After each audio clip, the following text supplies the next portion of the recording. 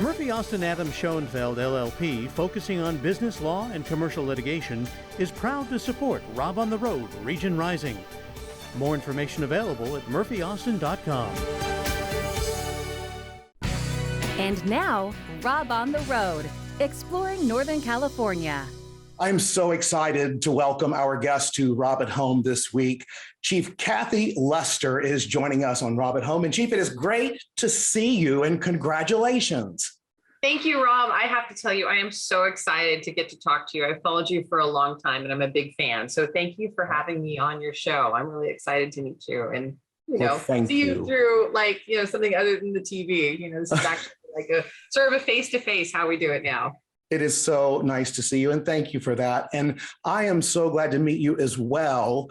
And to just say congratulations, first of all, this is a historic time for the city of Sacramento. Yeah. The first time in Sacramento's history to have a female chief of police. Yeah, it only took 172 years, if you can believe that. But yeah, we have had two big firsts, because Chief Daniel Hahn before me was the first African-American chief, and now I'm the first woman or lady chief. And so yeah, I look a little bit different than the historical pictures that we have up on our wall here at the police station. Has this always been a dream for you? Was it a dream for you to become chief? No, are you kidding? Absolutely not. It's just a crazy thing. I honestly, it was a matter of timing, I think had a lot to do with it. Certainly as you get closer, you start looking at that because it really is sort of like the top job for cops, right? But never when I started, never in a million years did I think that I would be a chief of police, much less here in a big city like Sacramento. Really, even recently had thought about it. I truly, I don't think I was mentally prepared for Chief Hahn to leave, but when he announced his retirement, I really started thinking about it, because to me, the most important thing is that you have to serve the city well and serve the department. So it's not about the job itself, but it's about whether or not you can do those things well. And so for me, that was a question or two questions I really had to ask myself and do some soul searching. Because it's not just any job, as you know, it's a huge responsibility. And I did a lot of soul searching because I just didn't want to let the city or our department down, quite honestly. When you were soul searching, what was it that did it for you? What said, I'm going to do it? In law enforcement right now, there's a lot of reasons why you wouldn't want to have the top job. As a matter of fact, towards the end of last year, there's a big organization called Major City Chiefs Association, and it's the top 68 cities between the United States and Canada. And if I remember the stat correctly, I hope to get this right, they said since really the beginning of the pandemic, out of those 68 major cities, 44 chiefs have been fired, have retired, or have resigned. And so there's this huge gap in leadership. And we have great people coming up into those jobs, but you're finding it very difficult to recruit good police chiefs. And so one, I really had to kind of take that into account. Am I made for this job? Am I going to be able to do what I need to do for the city and for our department? So that was one thing. And, you can look at it two ways, like, oh, hey, everyone's quitting that job. I don't know if I should do it, but you can also look at it as a big opportunity. And truly, when you become a leader in an organization like this, especially at the higher levels, I really felt like it was my obligation, my sense of duty. You don't become a leader for the rank, but I felt like our organization really had a need. And I thought after really taking a look at the skills that I have, and I'm a little bit different, I really felt like I could meet that need. And so then that was my decision to put in for it. And at that point, it became a selection process, because in the end, I really wanted the city to make the right selection, whether it was me or whether it was somebody else. So that was just to put in for the process. I had to sort of go through that thought process. Let me ask you, how does being a mother make you a better police chief and leader? Right. Well, one, I think everyone needs a mom. And I've joked around for a long time about being the mom of the department, because it's two things. And I think number one, you love your kids and you want the best for them, and you work really hard to make sure that they have what they need to be successful. But you also hold them accountable, and you make sure that they're doing what they need to do to be successful. So in this case, when it comes to leading an organization, that seems maybe a little simplistic, but I think if you look at that, you look at your organization as people, you look at your community as people, and then you make decisions based on what's the best for both the community and for the organization, for the people, within those two groups. I think you just see things differently. There was a really good quote, I'll have to send it to you, by Meryl Streep that I loved, and it talked about having more women in leadership roles. And it really came down to, being a mom. And on this particular piece, it was about, you don't want to see kids get killed. And so for what we do in law enforcement, that's a real piece of it. You want to initiate good public safety solutions, and you want to be able to deliver public safety in a way where you have a reduced number of victims, you have reduced harm. And that's how we should be looking at when we enforce, how we enforce, what are those outcomes. And so I think if you're looking at trying to really make your community safer and having less victims, I think moms are really good about doing that. And that's my opinion on it anyway. I have been really fascinated by learning about your personal story, growing up, your life story, and from teenage on, the road that you have been on, the journey. Tell us about things that you would like us to know about your early years. You're still in your early years, but your earlier years. Very kind of you. Right after that high school period, you were talking about a lot during your promotion ceremony, and I find it fascinating. Well, I think I think it's important for people to know that your perspective can change over years, right? When I started here, I really thought everyone had to fit one mold. You had to be a certain way, and in a way, I kind of had a chip on my shoulder for people that didn't, work hard to change their life circumstances. But I really realize now that people come from really complex backgrounds and people have a lot of challenges. And it's not about whether or not you can overcome something, but really about what happened to you and how we sort of get people there. So I tell my story. It's not really flattering, actually, but I want people to understand, because I think it's really important for people to know that you can make mistakes in your life and you can overcome them. And so I talk about being a high school dropout, and a lot of that relates to why I think it's so important to support youth in our community, because I personally feel really lucky that I turned out okay. My mom says I turned out okay, so I'm okay, Mom, thanks. So she says I'm okay, but the reality of it is I got lucky. I had some good mentors. It was good timing. Some of it was just luck, and so I know that there's other kids, other young adults out there that may be struggling. And I think it's important for them to see that, yeah, you can struggle, but there are ways to move forward and ultimately be successful, because I do think people need to have hope and be able to see things. So I draw on my own experience, one, when I'm talking to people, because I think it's important that, you show that you weren't just given a job like this, that you worked really hard for it. But two, I think it definitely helps you make better decisions and really recognize that there are a lot of things that we can do in public safety to make those circumstances better for people. But yeah, I shared a couple of things, and honestly, it's made me a better worker for sure when you have jobs that are maybe not. So I think I said they weren't very glamorous when I was talking about them. But like what? Oh, let's see. Well, my first job, my first real job was at Cloth World. And my job was to vacuum the floors and drape the fabric. If you ever go into a fabric store, the fabric gets draped just one certain way. And so I had to drape all the fabric. But actually in that job, I learned how to sew, and I bought myself a sewing machine, and I learned all sorts of stuff from there. And then I worked as a seating hostess at JJ North's Grand Buffet, and I brought people coffee, and we get $1 tips, but that taught me how to talk to people, and work in heels, which is also helpful. And then did a lot of things in the Army. You work really hard when you're in the military, for sure. And I truly appreciate, I guess, the non-military jobs, the civilian jobs, and it's little things like if you get sick, you can actually call in sick to work when it happens. You can't do that in the Army, So there's some comparisons there. So yeah, they weren't always glamorous, but I always learned from those jobs. And I do think it's really important that we all work those hard jobs, because I think it gives you it gives you a sense of appreciation for when you get a really great job and start building your career. But I also think it really helps with your work ethic, being able to do kind of anything helps you relate to people, for sure, because when did you finish your education? When did you go back to school?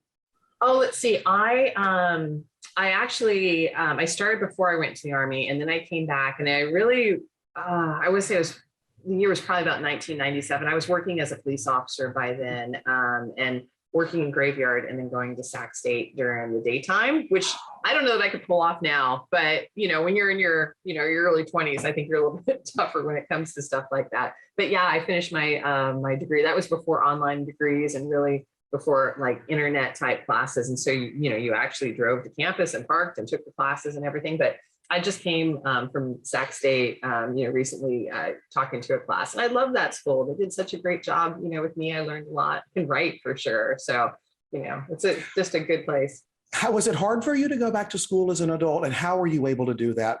What made that possible for you? Besides your strength? Yeah. I don't think for me, it was more about like, it's hard when you're working full time just to go to school and handle the schoolwork, but I love school. And I think having people with different backgrounds and different education, just different degrees really helps us as an organization. We have a lot of hard problems to solve. So it's nice to have people that can critically think through those. And, having some diversity in thought is really important. Absolutely. And like you said, there are a lot of hard problems to tackle, and that will come. This episode is a personal spotlight on your journey, you as a human being. And I want to say something to you, because you said about your early days with school, and you said it's not that glamorous what went through and jobs. But what I feel when I hear that is you may feel it's not glamorous, but I hear it as glorious, because that is so powerful. Sharing our stories change lives. And the fact that someone watching this will know that you have been through other things besides being the chief of police, but that you have lived life and tough, it's a game changer, Chief. It changes everything.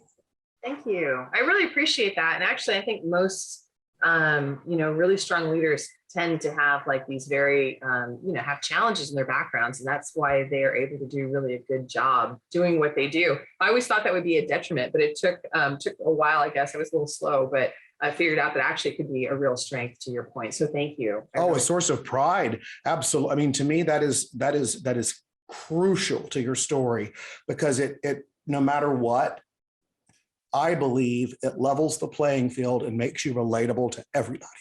Well, and you have to remember too, like you have to treat people the right way, because that, the server that you're talking to, the person parking your car, that they could be the next chief of police, right? And even if they're not, everyone deserves basic human respect. And sometimes you get that and sometimes you don't. You certainly don't ever want to be a person that doesn't give another human being respect, regardless of the job or the profession that they're in. Those are lessons that I've carried with me throughout the years, for sure. What would you like to say, heart to heart, that truly is the litmus test for you of what matters the most? Well, I think one, personally, and I've talked about this before, we as human beings, as a society, tend to look and see what's going wrong all the time. Like we're fixers, and we're always, well, at least in my profession, we're always looking to see what we could do better, which means we have to really analyze the things that we aren't doing very well. And I think that we as a society tend to do that too much. I spoke to Richard Pan a number of years ago. We were actually out on a national night out. We were all riding around in a van, and we were talking about this community that for the first time ever had put together a national night out event. And, oh, this will be great. Can't wait to go, talk to people in the neighborhood. And he was talking about the work he did as a pediatrician. And what he was saying was kind of along the same veins, in that you shouldn't look at communities about what they don't have, but you should look at communities about the strengths they do have, and the people are the same way. So on the personal side of things, I really appreciate the fact that the city gave me some really good opportunities. So you can look at all of these things that we want to do better and that we can work on, but you got to look and see what we did well. And the fact that I'm sitting right here is 27 years of history of things that we have done well to bring me here. So that would be the first thing. And then when it comes to like, what would I want to say to the citizens and the community of Sacramento? Public safety really does become a shared responsibility. You can't have the police solve all of your problems, just like we can't expect the community to address all problems without the police. And I think there's some great opportunities for us to do policing in a different way. I mean, certainly if we haven't learned from the last few years about the challenges that we have in our community and about the, the very complicated relationship that law enforcement has had in history with our community, we can't move forward. So I'm glad that we're having that discussion. I hope there's some opportunities that we have collectively to do things in a different and a better way. Maybe things in ways that we haven't really even thought of yet, because I truly think that there are ways to do public safety in a different way, using a lot of our community partners. And I've got great examples, but I think that's really the key to our success in the future. Well, you've also committed big time to diversification. Yeah, I sure have. We just signed the 30 by 30 initiative. And the idea is that we get 30% women into law enforcement by 2030. And so right now we have, over 700 sworn officers, and we're doing better than some, but we're only about 17% of women. So I'd like to see that number increase to at least 30% by 2030. But I want to be really clear when I talk about that. One, I love the initiative, because for us, when we're trying to figure out how we best recruit, lots of times it's brainstorming around a table, trying to see what's worked, coming up with new ideas. What I love about that initiative is there's some really smart people behind it on the research side of things at the national level. And what I'm really hoping is they can do a good assessment to see what we're doing well, and then give us some ideas on what we can do better, because I do want to see that diversification in law enforcement. And I know it can happen because we've changed so many things even since when I started. But I want to be clear that it's not just about bringing women into the organization. It's about bringing people from all walks of life. And that's a real challenge for us. There has been for a long time a call for police departments to represent the communities that they serve, that we always seem to struggle getting that representation. So it's twofold. One, it's how we attract people in the door, but the other piece of it is how do we show people that this is a great profession. It's going to take a little bit to move the needle, but I can tell you that some of the efforts that we've started over the last couple of years are really starting to pay off. And we're seeing higher numbers of diversity in our academies, as well as our entry-level programs. So I'm really excited to see that. And I hope to continue along those tracks. So what I hope the 30 by 30 initiative can do is really make sure that we aren't missing anything, and that we are using everything available to us to make this profession really attractive to new candidates coming in. I love to try to arm people with as much practice and with as much information as possible. So for the next time someone watching has an encounter with an officer, any type of encounter, anything, what is the best piece of advice that you would give the person from the public and the officer? Any kind of encounter. I think really what's important for both officers and for the public is that we have to have respect for each other as human beings. I mean, that is the bottom line. And there's a lot of discussions around this. And I think that sometimes if we have a bad encounter, that is the root cause, is having that lack of respect, because it leads to a lack of understanding, which leads to assumptions, which leads to action that may not be appropriate. So that's number one. I talked to the officers about it, and I certainly hope the public thinks along those lines as well. I don't have that same expectation, because really the police are held to a higher standard, quite frankly, but we should go into every encounter with an open mind, with not asking, what's wrong with you, or what, why did this happen? But, what happened to you to get you here, and how do I help you? Like, what can I do to help? It's really a change of mindset. And I think that if we as police start doing more of that and focusing on really what our role should be, we will have better encounters. And that's not to say that there's not going to be bad encounters, which is really unfortunate, but it is the reality. And you want to minimize those and do everything you can with training. But I do believe that if we as human beings can give each other respect at every encounter, what an amazing place the world would be, right? All the challenges that we have right now with people struggling with the anger, with fear that you see in our community, if we could just have that basic level of human respect and civility, I think that's something that we're really missing.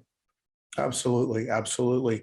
I want to ask you that, at the end of the day, so to speak, what will make this worth it for you? What will be the thing that makes you feel like that I've done this is worth it, that it's working? Yeah, well, that's an easy question. It's really to make a difference and make a difference in the right way. I mean, and there's a lot of opportunities to do that.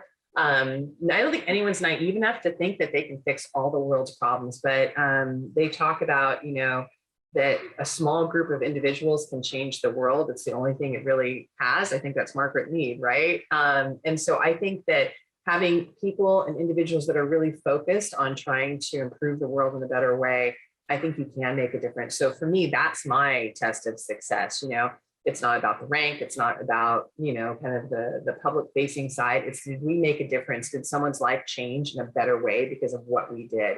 And it's what I expect, not only of myself, but everyone who's a leader in this organization and anyone who's representing public safety. And I really try to talk about that when we bring people into the profession and explain, you are a public official. You have an amazing amount of authority. You have an amazing ability to make life better for people. And that's what we need to do. So if I can do that, the more I can do of it, the more I'll feel like I'm a success. And I think there's a lot of different aspects to measuring that and finding success. With all that said, what gives you hope? What gives you hope, Chief Lester? What, in closing, what is it that you feel you need to say in this moment that will have made this 30 minutes matter to you? And then what gives you hope for the next? I think that it's really important to be an optimist. And I think, in my opinion, is it really changes your perspective on how, one, you view problems, and two, you attempt to solve those problems. So I think that the key for all of us, even under challenging times, I'm not naive, is that we have to be optimistic about our future and what we're trying to do. I think that says a lot about us as people and wanting to move forward. So for me, that would be the one piece that I would want to share about who I am and what I think is important. But if you're an optimist at heart, you have a foundation of hope, even when that foundation is shaken. Well, and to that point too, I'll add to that. It's easy for me to have hope at this point, realistically, because I've, been able to do a lot of good things. I'm in this great position now. I think that the important piece is creating hope for others, because there are other people that are not in that same position and may not feel like they really have a chance to make it, or that anybody's there to support them. And when you don't have hope, you really don't just have a chance either mentally or moving forward. And so I think any opportunity that we have as a society, as your police department, as our community, to create hope for others is really the key to us being healthy and having these thriving communities that we really want, and to healing, quite frankly. Okay, well then here it is then. If any opportunity to share hope should be taken, then I'm going to give you that opportunity right now. Act like I'm not even here. What would you say directly to someone who may feel hopeless, particularly in regard to, we'll use your role, right, with law enforcement, and that they may not have feel seen or heard before? What would you say to someone feeling hopeless around situation when it comes to maybe their safety? I'm going to draw on the strength of Sacramento, because I think Sacramento is a really cool city in a lot of ways. One, we're big enough that we have a lot of diversity, and we have an amazing community. And when I say community, it's not one nameless, faceless community. There are people in the community. I know you know this. You can't go anywhere in Sacramento without running into somebody you know. And that is a strength. So when people are discouraged, when they feel that the police department isn't maybe there for them, or they're concerned, they have to know that the police department is part of the community, and we're made up of individuals, regular people that you'll see every day. And so I think if we look at it that way, knowing that we're a small community, small enough to have connections, and we build on those connections, that's how you find hope. And that's one of the things that I love about Sacramento, and not only the department, but our community. Mm-hmm. Reach out. All you have to do is reach out and say you need help. And the minute you do that, I can promise you that help is on the way. You just have to ask. Thank you. It's been really great. do. It's been wonderful. I gotten to actually meet and talk with you and everything. You're such a fantastic person. Oh, thank you. And I feel the same way about you. And I have to say, you have a great team. And I noticed the breadth and the depth of diversity in your promotions that you promoted with the promotion ceremony. And I just have to say that I could see your team so glad that you are their leader. And every time I speak to a police officer around town, recently I've said, what do you think about your new chief? And they're just like, oh, she's amazing. She's amazing. So I wanted you to hear that back. Thank you. See, you got a big fan right here. He walked in. What's going on, Rob? How are you? Hey, what's up? How are you? How you been? Good to see you. Slide in a little bit and just tell everybody real quick who you are. I, of course, know you are, but. Hey, everybody. I'm Adam Green. I'm a deputy chief of the police department, and I'm Newly promoted and a huge fan of Rob's. We met a couple of years back at Leadership Sac, and he's just an awesome person. And I remember you vividly that day. It was on 12th Street, I believe. Listen, congratulations to both of you and best of luck. I'm rooting you on, and I am here to help you in any way that you need. All you have to do is ask, okay? I love it, Rob. I can't wait. And let me know when you need somebody to like carry your lunch or your camera equipment. I'm happy to moonlight for a day just to see what you do. You have a great job. You do great things for us. So thank you. I will tell you, your hope is infectious. And I see that about you. I can see the optimism, and that is a beautiful thing to see because we do have a lot to be hopeful for. So thank you for joining us this week on Rob at Home, and we will see you next time right here on PBS. Stay with KVIE.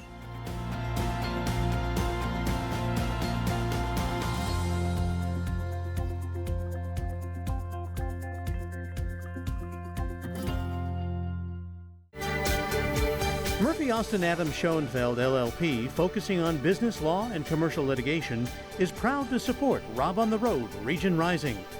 More information available at murphyaustin.com.